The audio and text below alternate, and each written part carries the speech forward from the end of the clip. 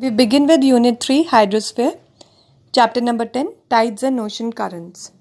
What we mean by hydrosphere is the total mass of the water that occupies the greater part of the Earth's surface. Alright, so nearly 70% of the surface of the Earth is covered with the hydrosphere, like oceans, rivers, lakes, underground water, atmospheric water. Now this is what the total distribution of the water it is there. The slide in front of you, it gives the idea about the distribution of land and water. When we carefully look at the globe, it gives us the antipodal arrangement of land and water.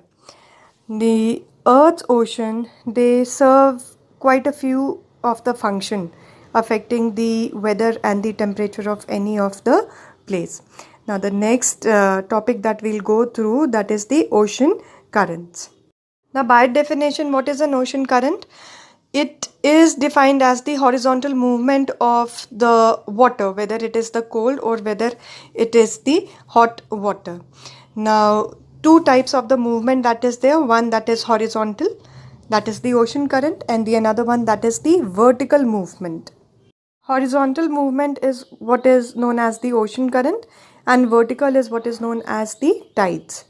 Now why they are caused? It is because of the density of the ocean water and the winds, the surface winds that move above it. Now the movement of the ocean water or the ocean currents. Now ocean current, it is the movement of the ocean water in a definite direction. And we already know that the land surface, it gets heated more rapidly when compared to the ocean or the water body.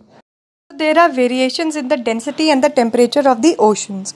Now this variation, this is what leads to the formation of the ocean currents. Now at the same time, when we look at a global scale, then the ocean current, it helps in maintaining the Earth's heat balance when it transfers the heat from the lower latitude to the higher ones. Now one of the studies conducted, it also gives the idea that the ocean current, it accounts for about quarter of the total heat transport in the ocean and wind account for the remaining of the 3/4. So this is what the importance of the oceans it is, the ocean currents. Now let us go through the factors that leads to the ocean current. What are the causes or what causes the ocean currents?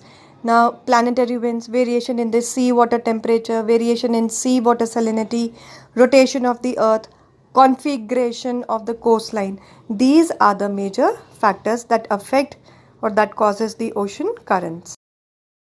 Let's go through these causes one by one. Now the first one, that is the planetary wind. Now when we define the planetary wind, it is the type of the wind or the prevailing wind that covers the whole area of the earth. These are the permanent winds, okay, these planetary winds.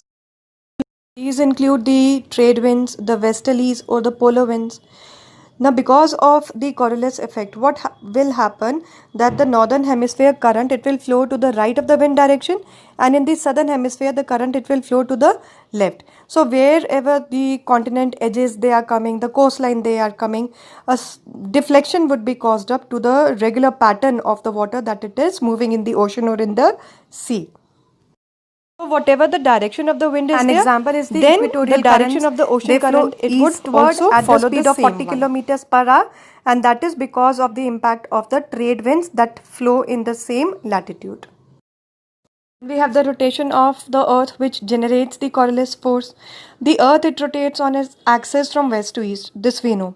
Now this rotation is what causes the deflective force which is known as the Coriolis force and which deflects the direction of the winds or of the ocean currents. Alright. Now say for example given here in the book that the currents flowing from the equator towards the north and the south poles, they are directed to the right in the northern hemisphere and towards their left in the southern hemisphere.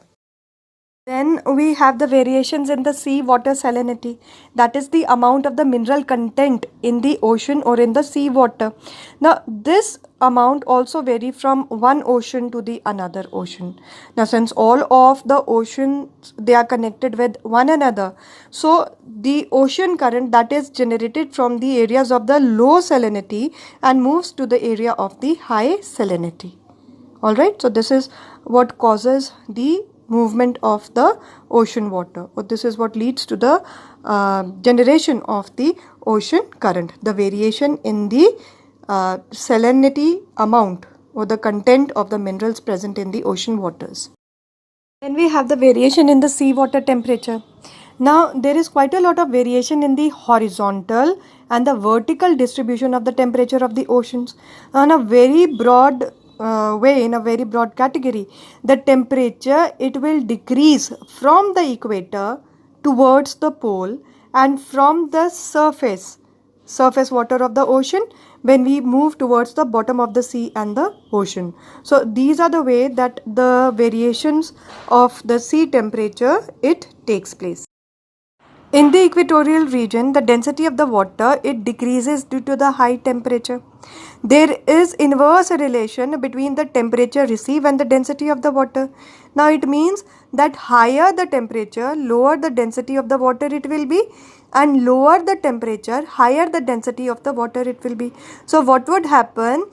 Because of this, the hotter and the lighter water from the equatorial region, it will move towards the colder and the denser water of the polar areas. So this is also one of the cause for the ocean current, the movement of it. Then we have the configuration of the coastlines. Now this also influences the direction and the movement of the ocean currents because they act as the barrier. So the deflection it will take place and the direction it may change of the ocean current in whatever manner it would be flowing off.